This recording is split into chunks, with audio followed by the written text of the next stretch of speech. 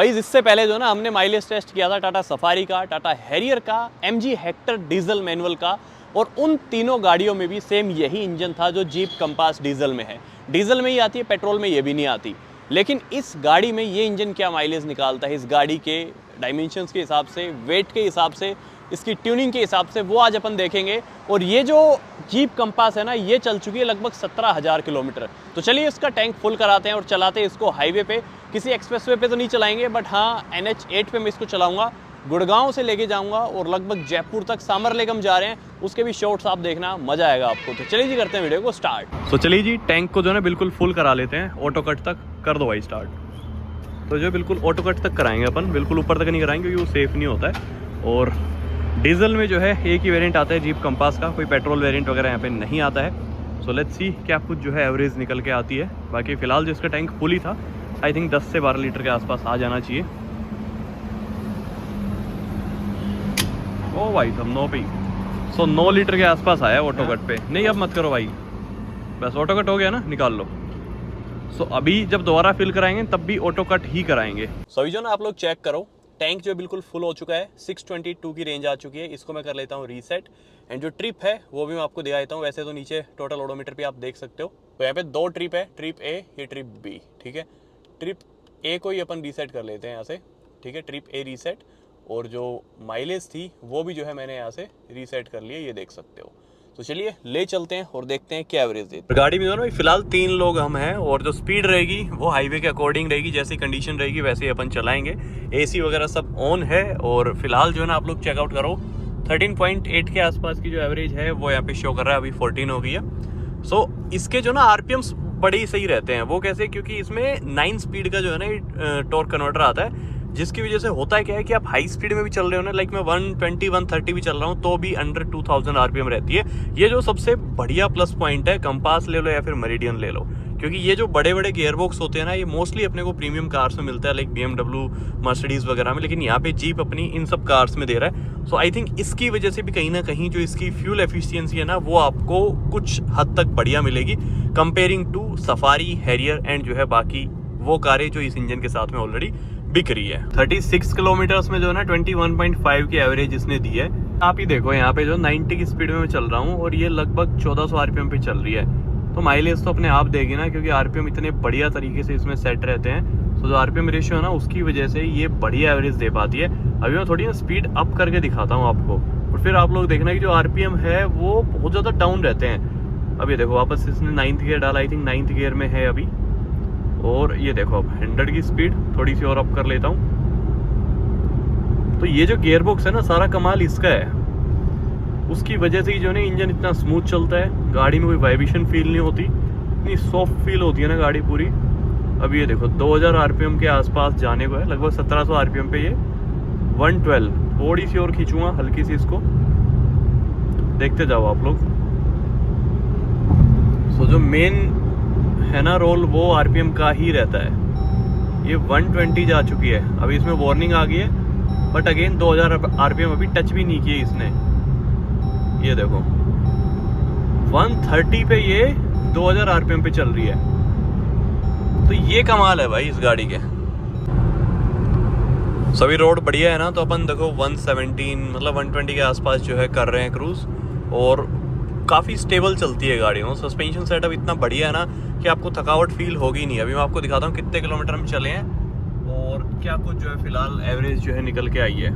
रुको दिखाता हूँ आपको, ये देखो 113 किलोमीटर चले हैं, 18.6 की एवरेज इसने निकाली है 1 आवर 27 मिनट में। तो आपको समझ आ ही गया होगा उतनी स्लो भी हम नहीं चल रहे हैं। सो ओवरऑल जो है ना काफ़ी बढ़िया सा जो है इसका मतलब ड्राइविंग एक्सपीरियंस है।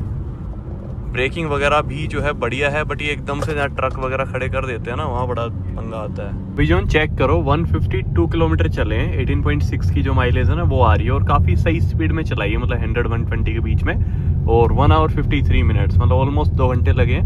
तो एवरेज जो स्पीड है ना वो भी आप यदि मान के चलते हो तो लगभग 75 के आसपास, तो इसके हिसाब से बाकी वही 80, 90, 100 ही चल रहे थे, मतलब 90, 100 आप मान के चलो कि एवरेज स्पीड निकली है। अभी जो एक और चीज़ दिखाता हूँ आपको, जो इसके अंदर वो थी ना रेंज, वो आप लोग चेकआउट करना। जो रेंज है वो भी बढ़ गई है, 654 किलोमीटर स्टिल बची हुई है। और जब हमने टैंक फुल कराया था ना, आई थिंक तब थी, इससे भी थोड़ी कम ही थी। तो अभी जो रेंज है ना वो तो हिली नहीं है। सो ये मेन डिफरेंस होता है, जब आप तमीज़ से चलाते हो ना गाड़ी तो जो एवरेज है वो बढ़िया निकलती है और जो रेंज है ना वो भी बढ़ जाती है गाड़ी की। बाकी आप रोड कंडीशन देख सकते हो। पिछले 3 घंटे से ड्राइव कर रहे हैं, 19.2 की एवरेज फिलहाल शो कर रहा है और अगेन जो रेंज है वो 634 ही शो कर रहा है। अब जो है एक चीज़ दिखाता हूँ आपको, जो मेन ट्रिप मीटर था ना वो, तो ये देखो ट्रिप ए 249 मतलब लगभग 250 किलोमीटर और 3 घंटे 10 मिनट में और लगभग 19 प्लस जो है इसने एवरेज दी है। तो ये जो एवरेज है ना ये काफ़ी सही निकाली इसने, लाइक इस गाड़ी के हिसाब से और इस इंजन के हिसाब से। और अभी जो है ना जितना हाईवे पे चलने थे उतना ही चल लिए। अभी बाकी के जो किलोमीटर्स है ना कुछ थोड़े बहुत वो अपन थोड़ा लोकल में चलेंगे, लाइक ये 6 किलोमीटर बाद जो है ना हाईवे से अपने को नीचे उतार देगा और पूरा जो है लोकल में ही चलने वाले हैं अपन। ठीक है, तो मे बी यहाँ जाके जो एवरेज अपनी वो ड्रॉप हो जाएगी, चेक करो। और ये जो ना पूरी अपनी लाइक लेक वगैरह है, सांबर लेक, ये देखो। ठीक है, तो यहाँ पे अपन जाएंगे और इसके शॉट्स वगैरह भी आपको दिखाएंगे। तो अभी जो ना अपन लोकल में चल रहे हैं स्टेट हाईवे पे। रोड यहाँ पे भी बढ़िया है बट बार बार में जो ना ब्रेकर आ रहे हैं, उसकी वजह से जो माइलेज है ना वो ड्रॉप हो गई है। कितनी ड्रॉप हुई है वो देख लो, 18.9 के आसपास आ गई है।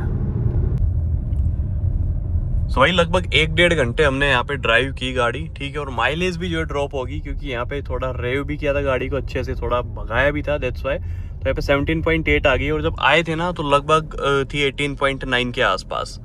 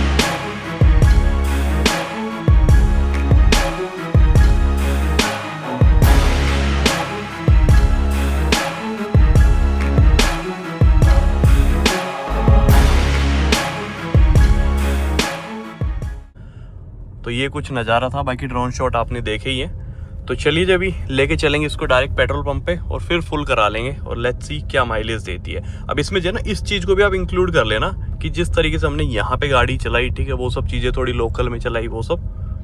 तो अभी जैसे ही वापस से लाइक रोड पे आई ना गाड़ी, सो जो रेंज है ना वो बढ़ने लग गई है। ये देखो 544 चली गई है। अभी जो ना बताता हूँ आपको कितने किलोमीटर चले हमने जो गाड़ी टोटल चलाई ना वो चलाई लगभग, ये देखो 345, 17.7 की शो कर रही है। तो अभी फुल टैंक कराऊंगा मैं और फिर देखते हैं कि क्या कुछ जो है गाड़ी ने माइलेज दी है। सभी जो ना ऑटो कट तक ये कराएंगे वापस से। और गाड़ी की हालत देखो क्योंकि यहाँ पे पूरा जो है ना मिट्टी का एरिया था, तो ये देखो मिट्टी जम गई है पूरी। ठीक है, सो अभी देखते हैं कितने में ऑटो कट करता है।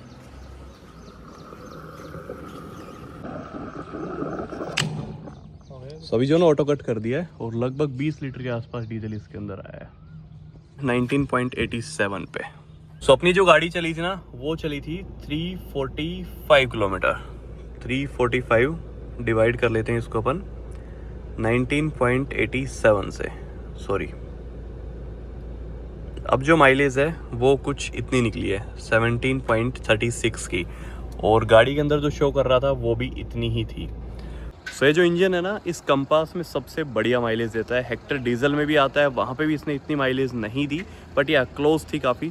और सफारी और हैरियर में भी जो है यही सेम इंजन है, बट कंपास जो है ना सबसे बेस्ट माइलेज दे पाती है बिकॉज 9 स्पीड गियर बॉक्स, क्योंकि जो इसका 9 स्पीड का टॉर्क कन्वर्टर है ना उसकी वजह से आरपीएम्स डाउन रहते हैं और जो इंजन है ना वो ज़्यादा बेटर फ्यूल एफिशिएंसी दे पाता है।